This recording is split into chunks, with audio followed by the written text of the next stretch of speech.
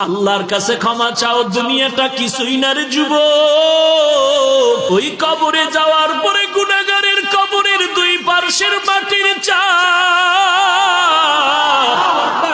পাজরের হাড় চুরমার হয়ে যাবে। একটা নয়, দুটো নয়, 70 থেকে 99টা সাপের কবর।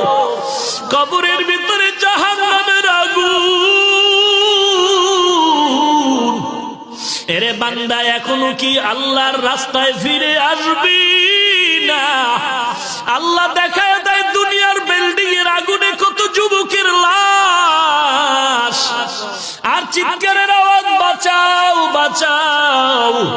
একটু চিন্তা করে দেখ, যখন আগুন লাগছিল শরীরের মধ্যে তখন ওদের কেমন লাগছিল, অবস্থাটা কেমন হয়েছিল। ওরা যখন আগুনের মধ্যে সবাই জানালা দিয়া হাত দিয়া কয়, কে আছো, আমাদের বাঁচাও। আমাদের ডানে আগুন, বামে আগুন, চতুর্দিকে আগুন। এই দুনিয়ার আগুন থেকে হাজার হাজার হাজার তাপের মাত্রার আগুন হবে জাহান্নামের আগুন। এরে যুবক, পায়ে হাত রেখে বলি, পাও দুইটা আগাইয়া দাও। আমি তোর পায়ে ধরে বলি, আর গুনাহ করিস না রে যুবক, আর গুনার পথে যাইও না। নামাজ পড়ো, পর্দা করো, মা বাবা